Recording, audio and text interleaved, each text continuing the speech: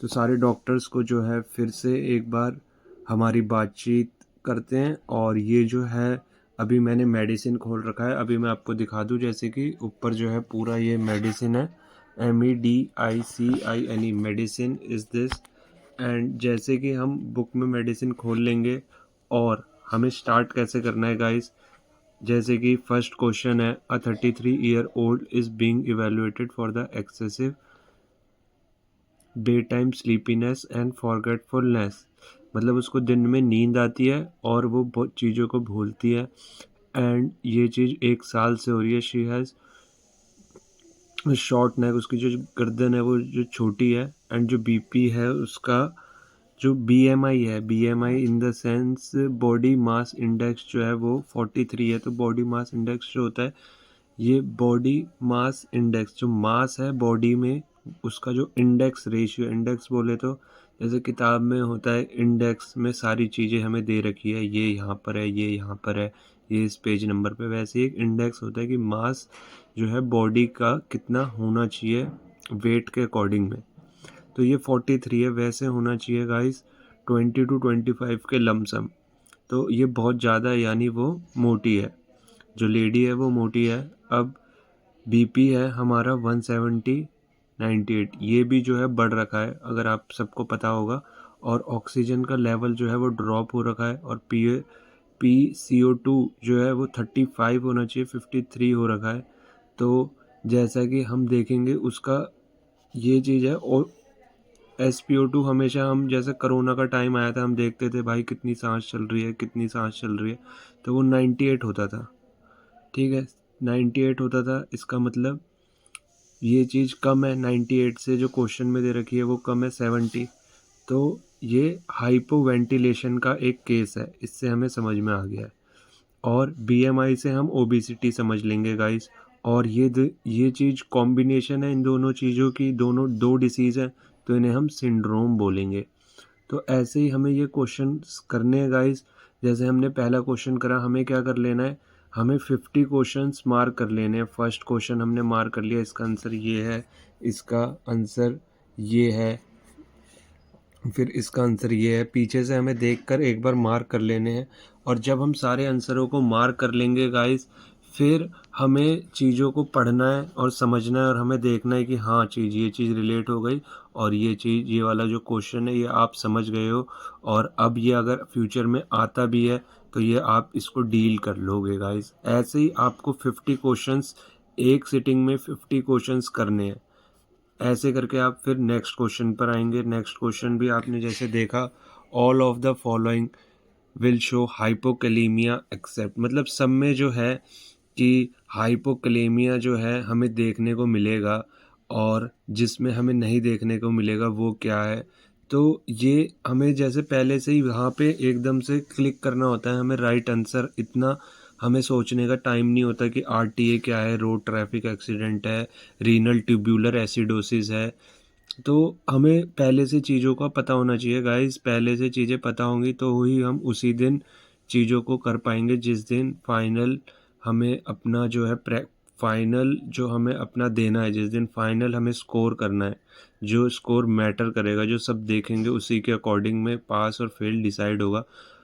उस दिन अगर हमें चीज़ें पता होंगी तो हमें ये होगा, चीज़ों को करने में आसानी होगी, ज़्यादा हम वहाँ पे लैग नहीं करेंगे। और पहले से चीज़ें हमें करके जानी पड़ेगी गाइस। ऐसा कुछ नहीं है कि वहाँ पे हमें जो है चीज़ें पहले से ही पता है और वहाँ पे जाके हम सोच रहे हैं और कर रहे हैं, ऐसा नहीं है। हमें पहले से चीज़ों का पता होना ज़रूरी है। तो अब इन्होंने पूछा है कि रीनल ट्यूब्यूलर एसिडोसिस में क्या होता है। बेसिकली तो गाइस एक ही ऐसा क्वेश्चन है, वन लाइनर, और इसमें हमें चीज़ें याद रखनी पड़ेंगी। क्या होता है कि हाइपोक्लेमिया जो है कि ये सोडियम बॉडी से लॉस हो जाता है जब रीनल यानी किडनी जो ट्यूब्स होती है, उसमें जो ट्यूब्स होती है जो पानी, खून खून को जो छान कर पानी अलग करती है और यूरिन अलग करती है।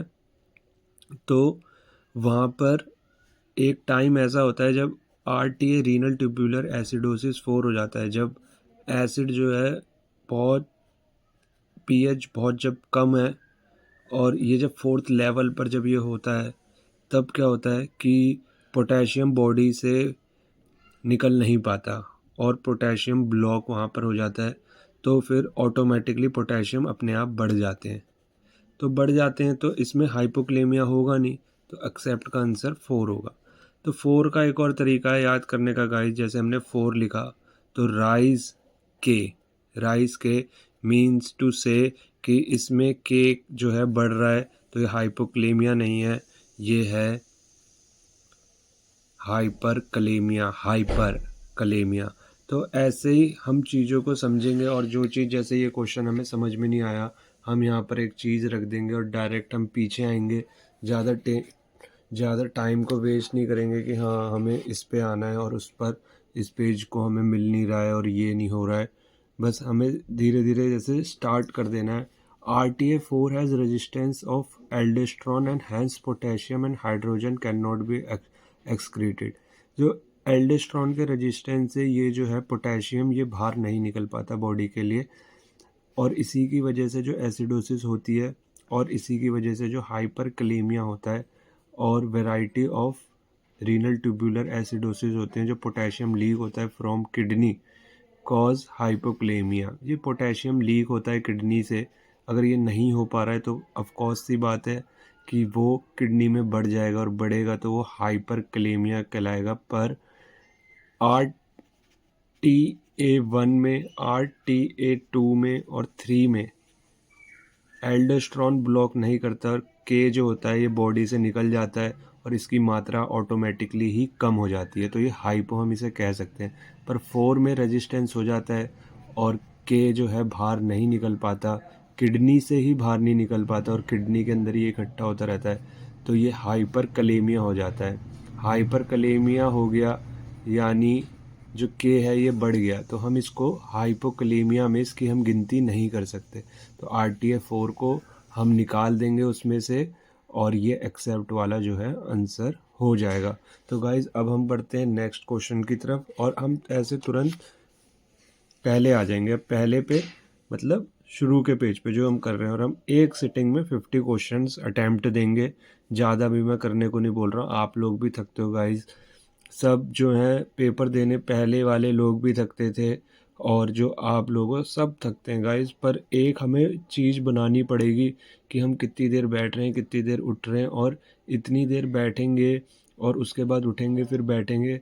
तो हमने एक ग्राफ बना लिया है कि हम एक दिन में जो है 10 बार बैठेंगे और 10 बार ही उठेंगे, पर उठने का जो गैप होगा वो बस 10 मिनट का होगा और बैठने की जो टाइमिंग होगी वो 1 घंटे की होगी। इसमें हम 50 क्वेश्चंस करेंगे और मैक्सिमम 1-2 डेज़ में FMG के जो क्वेश्चंस है वो हम कर लेंगे और इसको छोड़ेंगे नहीं गाइस। और अब चलते हैं नेक्स्ट क्वेश्चन की तरफ। अ 10-year-old child is brought to with a 2-week history of not feeding well. अब ये खाना नहीं खा रहा, इसको बहुत जो है बेचैनी सी हो रही है ज़्यादा। ऑन एग्जामिनेशन स्टिफनेस जो है, अकड़पन भी है, एंड जो पल्मोनरी में भी इसके दिक्कत है।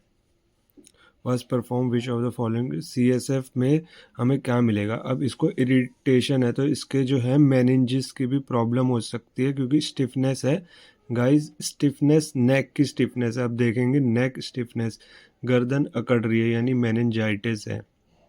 मेनिंजाइटिस तो होता है तो गाइस पल्मोनरी टीबी भी है। तो टीबी में अब आपको पता ही होगा कि जो है कि इसमें अगर हमें टीबी होता है तो एक तो वायरल टीबी और मेनिंजाइटिस टीबी में क्या होता है कि लिम्फोसाइट बढ़ते हैं। जब वायरल होगा, जब लिम्फोसाइट बढ़ेंगे, मेनिंजाइटिस भी होगा तब भी लिम्फोसाइट ही बढ़ेंगे। और जैसे कि जो शुगर है, शुगर इसमें कम हो जाएगा और प्रोटीन की मात्रा बढ़ जाएगी CSF में। तो ये बताना चाह रहे हैं मेनिंजाइटिस जो होता है, मेनिंजाइटिस में जो टीबी होगा उसमें क्या क्या बढ़ेगा, एक तो बढ़ेगा लिम्फोसाइट, एक बढ़ेगा हमारा प्रोटीन, ये प्रोटीन बढ़ेगा और शुगर जो है वो कम हो जाएगी, शुगर कम हो जाएगी। तो इसका भी हम एक कोड बना लेंगे कि जो है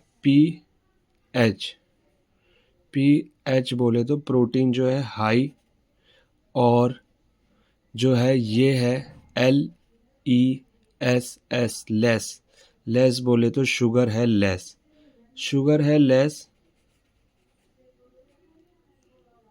लेस। और आप एक चीज़ और इसमें एक्सेसिव इरिटेबिलिटी आ जाएगी,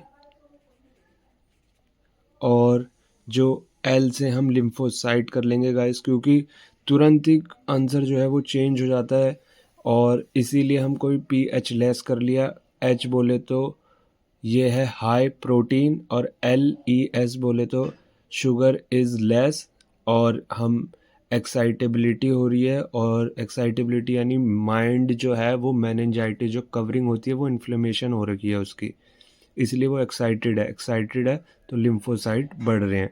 तो गाइज अब ऐसे ही हम नेक्स्ट क्वेश्चन की तरफ बढ़ेंगे। अब ये क्वेश्चन गाइज बहुत देखो इंटरेस्टिंग क्वेश्चन है। एक में कार्डियक टेम्पोनेट दे रखा है, एक में प्यूरल इन्फ्यूजन दे रखा है ना। और इस क्वेश्चन में भी यही चीज़ है, पर ऑप्शन दोनों ही अलग है।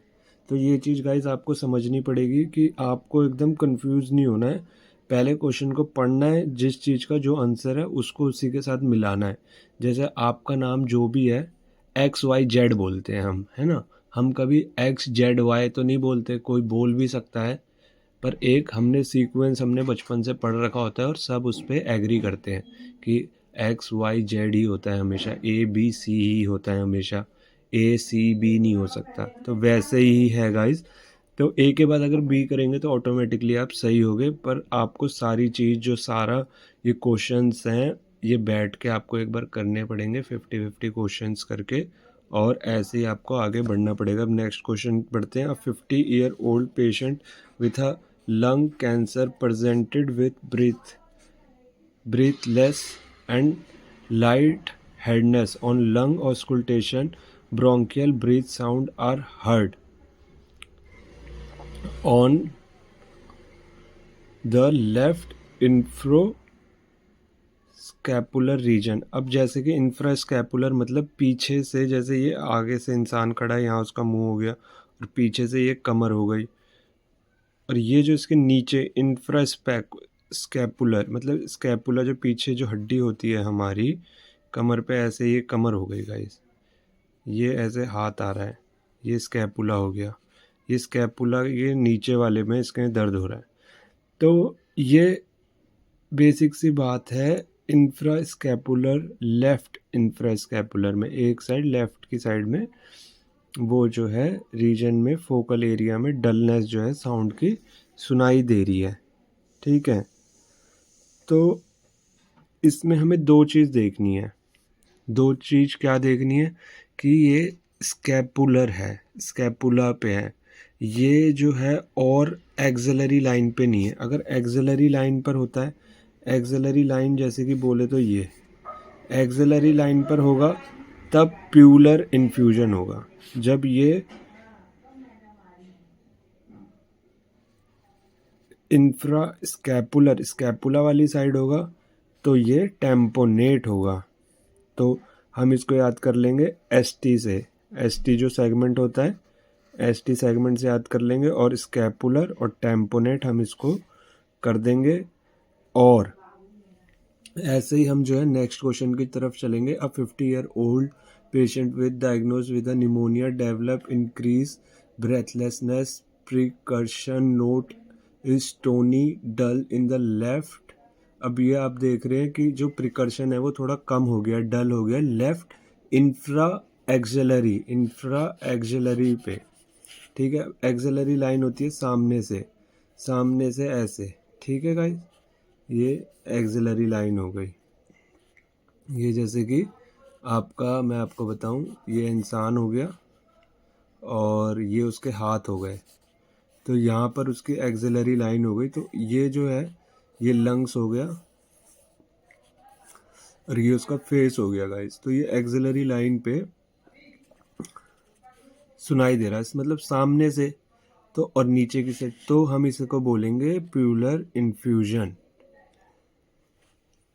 गाइस अब जैसे कि आपने चीज़ को भी समझ लिया है कि ये एक्सिलरी लाइन पे फ्रंट की साइड है, ये चेस्ट हो गया, ये आर्म्स हैं, और तो फिर हम इसको प्यूरल इन्फ्यूजन बोलेंगे।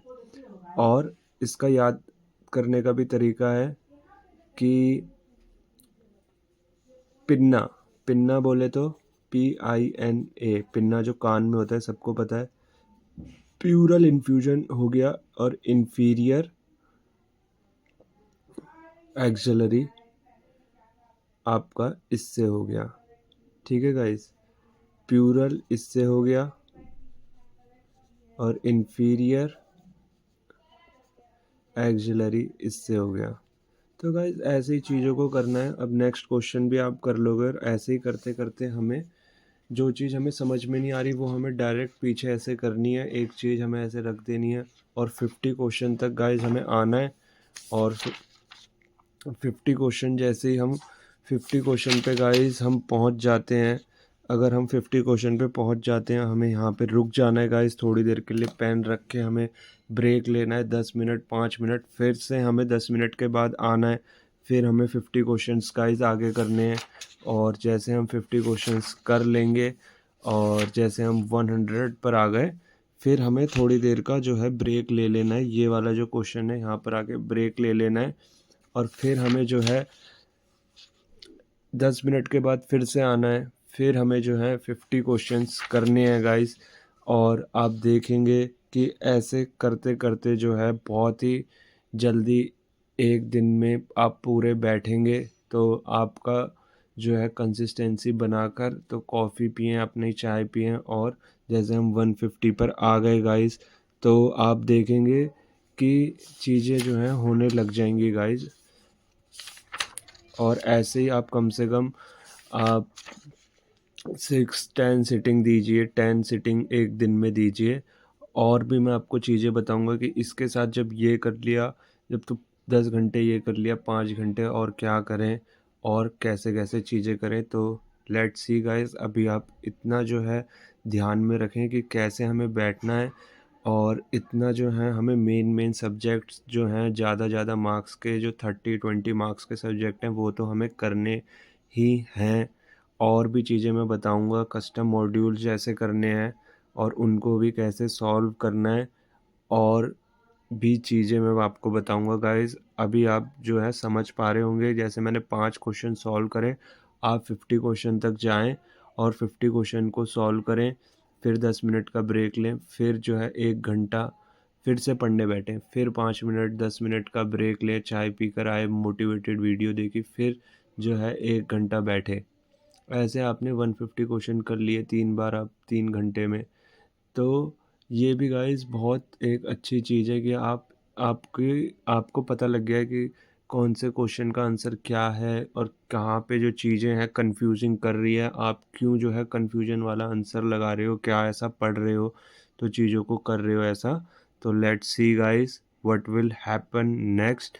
आई believe only on you doctors, you are the best. और आप ही लोग जो हो कुछ जो सच्ची में स्ट्रगल कर रहे हैं, जो इतनी फाइट में जो इतना मुश्किल पेपर आ रहा है उसको करने की कोशिश कर रहे हैं गाइस, बिल्कुल डरने की बात नहीं है। बंच ऑफ क्वेश्चंस हैं और उसमें कोई सा भी जो है क्वेश्चंस आने लग जाता है तो आपको सारे बंच ऑफ क्वेश्चंस जो हैं पहले से पता होंगे तो आप उस दिन आसानी से कर पाओगे। इसलिए क्यों ना पहले ही जो है आप चीज़ों को कर लो ताकि उस दिन जो है प्रॉब्लम ज़्यादा आपके प्रॉब्लम ज़्यादा बढ़े ना और सब चीज़ आपके ही कंट्रोल में रहें। और आप आज भी सारी चीज़ करके जाओगे तो गाइस उस दिन तो आप आराम से चीज़ों को कर ही लोगे। और आप मेरी बात को समझो गाइस, अभी जो है करने बैठो, देखने से कुछ नहीं होगा वीडियोस को, पहले आपको करने बैठना पड़ेगा। एक एक करके एक एक घंटे कर करके आपको 5 घंटे 6 घंटे 10 घंटे बैठना पड़ेगा।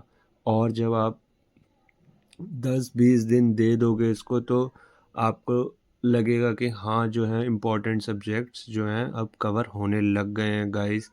ऐसे थोड़ा सा जो है स्टेमिना बनाओ, थोड़ा सा स्ट्रेस में रहने की कोशिश भी करो और थोड़ा सा गाइस अपने ऊपर विश्वास रखो। आप इतनी दूर तक आ गए हो तो बस थोड़ी सी और लड़ाई बाकी है, बस थोड़ी सी जो है आपको थोड़ी दिन के लिए अपनी नींद जो है छोड़नी और थोड़े दिन के लिए आपको बैठना है। आप मुझे पता है आपने 6 साल से आप बैठे हुए थे, आप नहीं सोए, ना अच्छे से खाया, ना घर पे रहे, ना किसी से बातचीत। तो गाइज़ मैं समझ पा रहा हूँ आपका पेन। बस मैं इतना सा चाह रहा हूँ, आप थोड़ा-सा और बस लास्ट एक पुश मारो और लास्ट जो है एक रनिंग करो। और रनिंग में ये करना है, 1 घंटा बैठना है और 5-10 मिनट आराम करना है, 1 घंटा बैठना है और 5-10 मिनट पूरा आराम करना है। आँखें बंद करके पूरा आराम करो और फिर बैठो, ताकि आप पूरे माइंड जो है रिलैक्स हो पाए और चीज़ों को याद रखे गाइस। तो फिर मिलते हैं जल्दी ही।